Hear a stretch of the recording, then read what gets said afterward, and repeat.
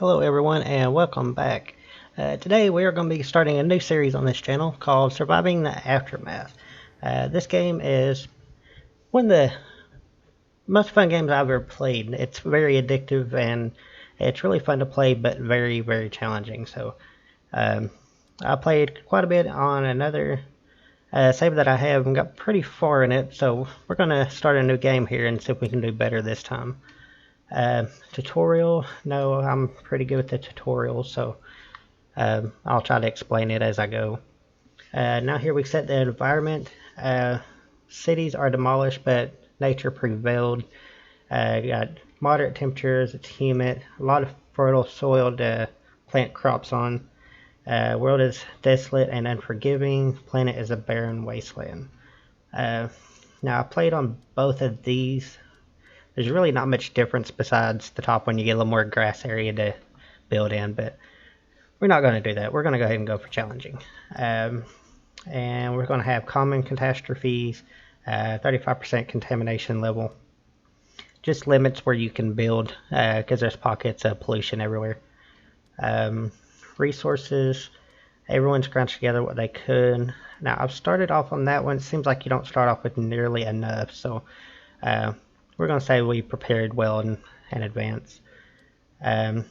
Additional take options for more efficient survival methods, additional take options to improve the colony efficiency, or additional take options for exploration with other advancements. Now, I've only played it on Colony Builder because I'm more on how to improve the colony than anything else. So I really don't know which one to choose here. I definitely don't want to do that one. But let's say, let's do Hardy Survivalist this time. Okay, Gatekeeper. The path is challenging but worth the risk. Lenient and helpful. Challenging but fair, or no restrictions, anything is possible. So I'm going to go with Survivalist. Okay, and here is your list of specialists. You get to start with 3 of them. Usually I'll go one with that's got high research that can help us get a lot of research points first, and then one with high scavenge ability and one with high attack. It just spread it out a little bit. So let's see what we got here. First one we're going to go after is the scavenge. So 75, 25, 50. Okay, so 75 there, 75 there. So it's between Raj, he's got 200 science points, 10 damage. That's 200 science points, 7 damage. And then Willer's got 75, 150, and 10. So obviously Raj is the better scavenger. So now we're going to go for a scientist who does all the research. Let's do, there's 300, 300, 300, 300. And let me see, Satoshi has got 7 damage. Let me see, she's got 10. She's got 10 and 50% scavenge. She's got 7. So let's see. Let's go with. He's only got 7 damage, but he's also got 50%. So let's go with her. She's got 10 damage, 300 science points, and 50%. So let's go with that. And next thing we're going to need is a. So we got a scavenger, we got a scientist, and we need a fighter. Okay, so let's do 20 damage, 20 damage, 20 damage. Okay, so 20 damage on her. She's also got 50% scavenge. So those two are pretty much even. And I think we had, who else do we have? Him, he's got 25. 50. So really either one of these would work. So let's go with Scrappa. I've never used him, so we'll go with that. Flag, let's just go something simple. Orange with maybe. That looks pretty good. I like that. Okay, colony name. Let's do Valentine, there we go. It's not going to be so lovely, but we'll take it. And I like to use survive and thrive. So as you can see, there's all of our settings, 58% difficulty, so should be pretty fun. So let's get going.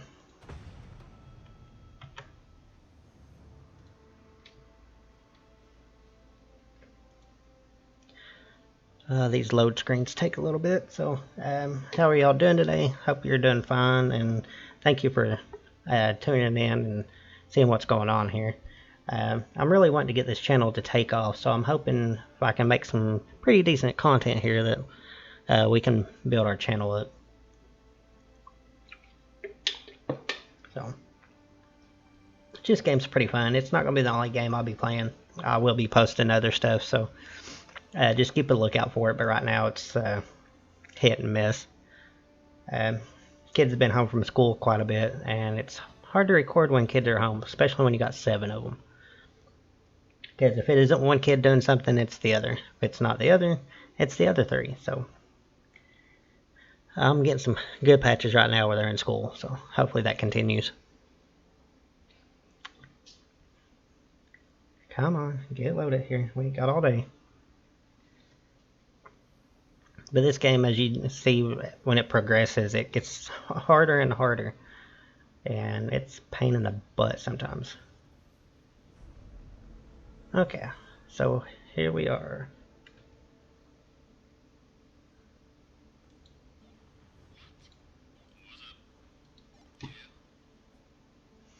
And where's my sound?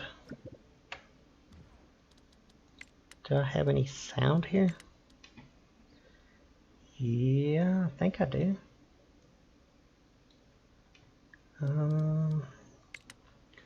Okay. Yes, change.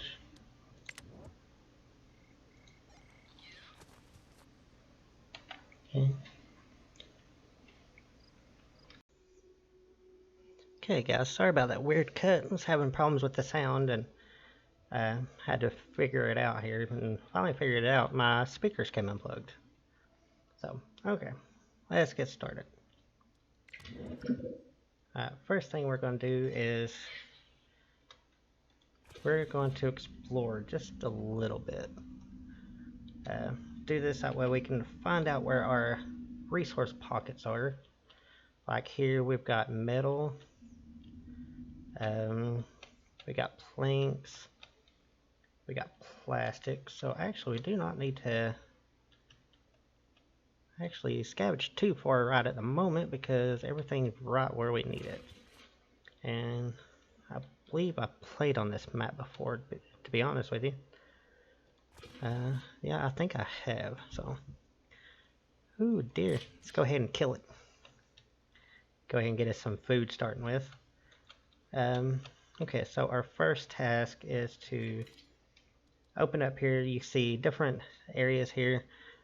We've got roads, which at the moment you just have dirt roads to start with. Then you got your campsite, your gate, few houses, storage, food, water, resources, products, health, and decorations. Decorations we're not going to use at the moment, so but the first thing we do need to put down is our campsite.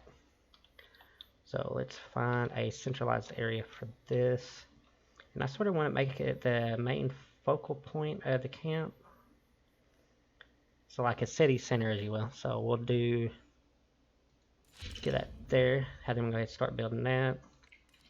And we are going to need a stockpile to gather resources like that. As you see, it gets highlighted as you get closer to it, which means that's where it's going to actually collect the resources from.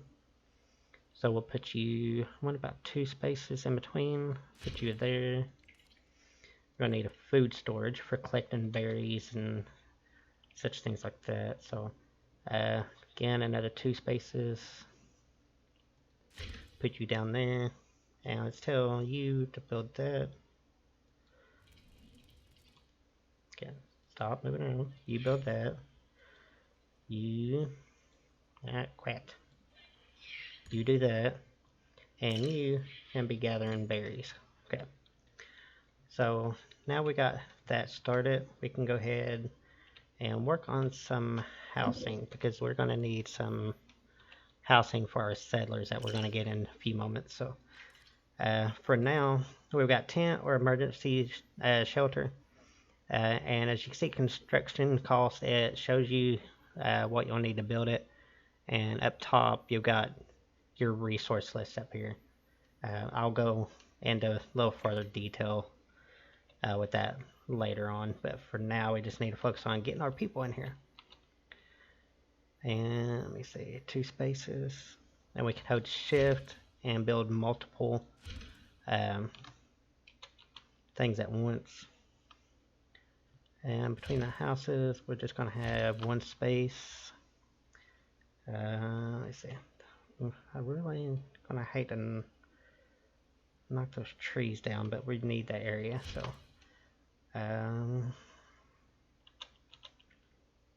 we can put these back to back. It's not really going to matter much. So let's get you all start working on these. You keep collecting berries. And oh, I hate that. I'll show you that here in, momentarily. Don't stop building houses. Keep building. You got settlers coming.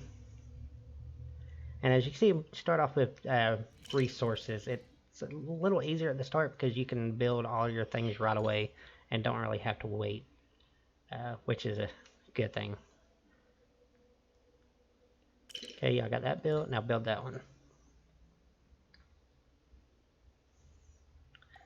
Okay, let's slow this down for a minute. If we are going to get our settlers, let's pause it for a moment.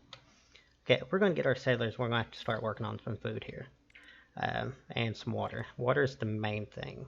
So when you select your water well to collect your water from, if you'll see, it shows 100% efficiency and how much water production you'll get.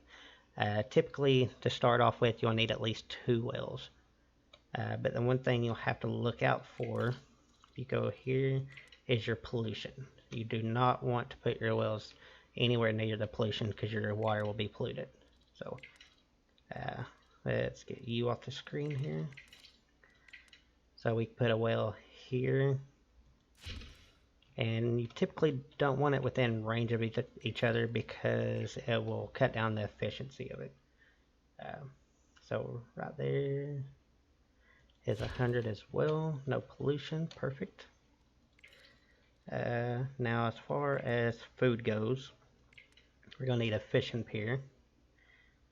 And see how far we can get. No efficiency there. There's 100 efficiency. Okay, and 7 fish per day. 7 fish per day. Let's put it right here out of the way. And next we're going to need is a trapper. Trapper is like a hunter and gatherer. They'll go out in the woods and trap small animals, just like you would if you was going to go hunting. You'd go set traps and stuff of that nature. So we're going to put it probably right. Once again, the efficiency is going to play a role here. Don't want to put it in pollution though. 56. What about up here? 35, 45, 48, 37. Can't build over here yet. There's 58. That looks about as well as we're going to do right there. So let's plop you down and let's go ahead and get you all working on them. Now what we can do, we can go ahead and there are survivors nearby waiting for your signal. They are cold, hungry, and in need of care. Care you can provide better if you have prepared the settlement. Are you going to let them in now or take a little longer? You can invite the colonists and by firing the flare from the campsite when you feel ready. Now you can go ahead and build everything with your specialists because that's what they're there for. Or you can go ahead and invite the colonists in and they can build it for you. So I say we're prepared enough so far, so let's go ahead and invite the colonists in, and they can help build everything. So, prompted by the specialist signal fired, the rest of your group arrives at the prepared campsite. Despite all the hardships ahead, it's time to rebuild and turn this hostile place into a home. So, as you can see here, now we have 12 settlers. We got 8 carriers, 8 adults, and 4 children. So, now they can start getting all this stuff built here. And I'm going to set all of our necessary needs on high. So that way they can go ahead and get everything built. And they won't die within the first day. Because it has happened to me quite a bit. And y'all can start building that. And with the stockpile and food storage, you can actually move your work area, and it tells them where to gather from. Which right here is plentiful because you got 3 areas of planks and 2 concrete, so that's really good right there. So we'll go with that. And food area, we've got 2 areas with berries here, or we got 2 down here. Let's go ahead and get it here because ideally I like to build down here. So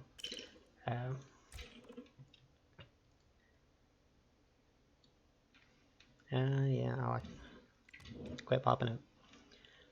Alright, so we've got 1 well done, so we're -2. So once I get that other well done, we should have plenty of water to just at least survive for a little while. And we'll go ahead and lay some roads down here so they can walk a little bit faster.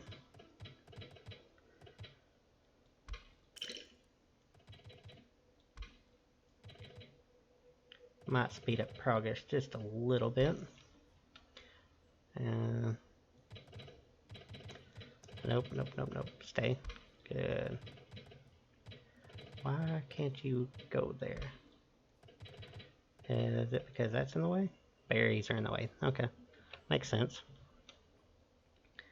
Alright. So we got our little trapper hut going on here. Let's get your area set up too. See, work area efficiency, there's 50% that work for the time being. So we've got somebody already working in there. We got 6 carriers now, so let's get our specialists while they're not doing nothing and collect this venison that we killed at the very beginning of the episode. So that'd be a little bit of food coming in. Okay, and let's go ahead and get this main area out here. So that way we don't have to do it later on.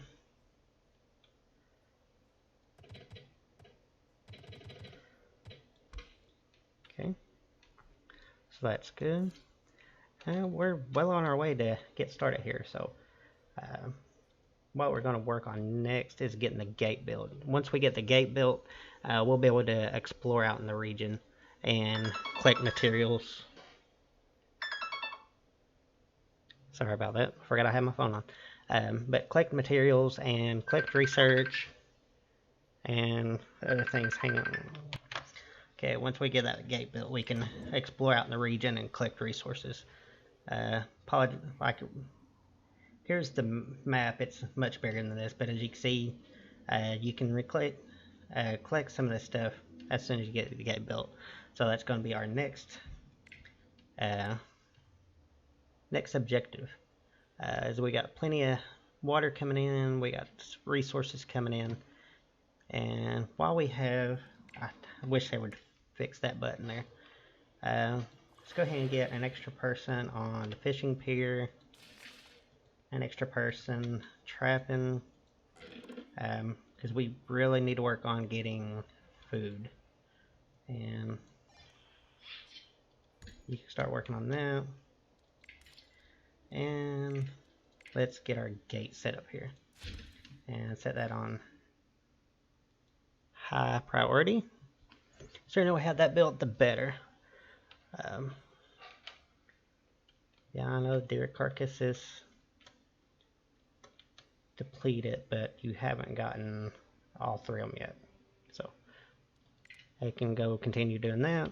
And as you can see, they're starting to bring stuff in. Do we have enough materials left? We need 5 planks, 4 bricks, and that should be enough to get it going. Okay, so let's select our specialist that isn't doing nothing and put him on gate building. So, okay, you can see the gates going up, and it's almost done, and it's completed. Okay, congratulations, you've rebuilt the gate and gained access to the world map. The gate is now open and the vast world stands ready for your specialist to explore. This progress has not gone unnoticed. Soon your colony will become attracting various folks. Some good, others desperate, some tricksters, and those who just want to see you destroyed.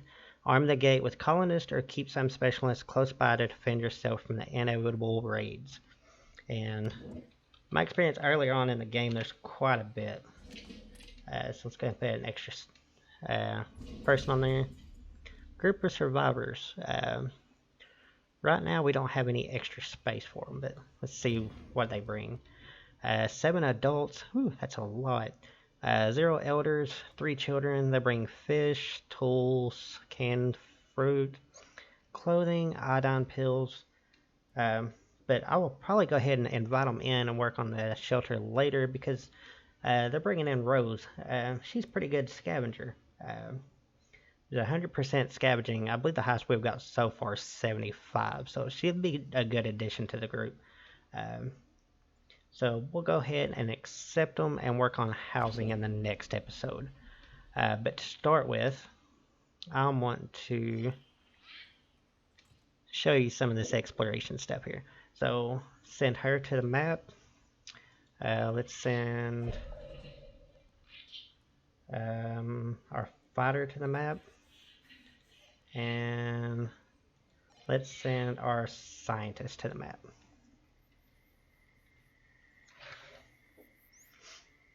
Alright, so hurry up and get out there. There we go. Now we can switch to the world map. And she's our scavenger. So let's go ahead and put her on plastic duty. And as you can see, each one shows how much material is there, how long it's going to take, and how many they can grab per day, and if there's any damage going to be taken. So let's get, she's our scientist, so she can get our research. She can get a lot faster than the rest of them. And he can get some food for us. Okay. Now, while they're working on that, once this green circle gets filled up, they'll be ready for more movements. So it sort of gives you an idea when they're ready, and it also gives you a pop-up up here, so you won't miss it. But first off, we need to get our medical tent going, because we've got a few injured settlers, well, colonists so far. So let's build you, set you on high, and our colonists are going to need somewhere to relieve themselves. So for now, we'll just build them some outhouses off the beaten path here, so they can deal with that. Okay, so I think that is going to be it for this episode. Next episode, when we come back, we'll go ahead and have the medical tent built. We'll get some more homes for our homeless, and we'll work on collecting metal and scrap. So I'll show y'all how to do that in the next episode. So I appreciate y'all for joining me. If you liked the video today, hit that like button for me, and if you're new to the channel, hit that subscribe button, so that way you'll be notified when new videos are posted. So I appreciate y'all. Thank you all. I love you. See you next time.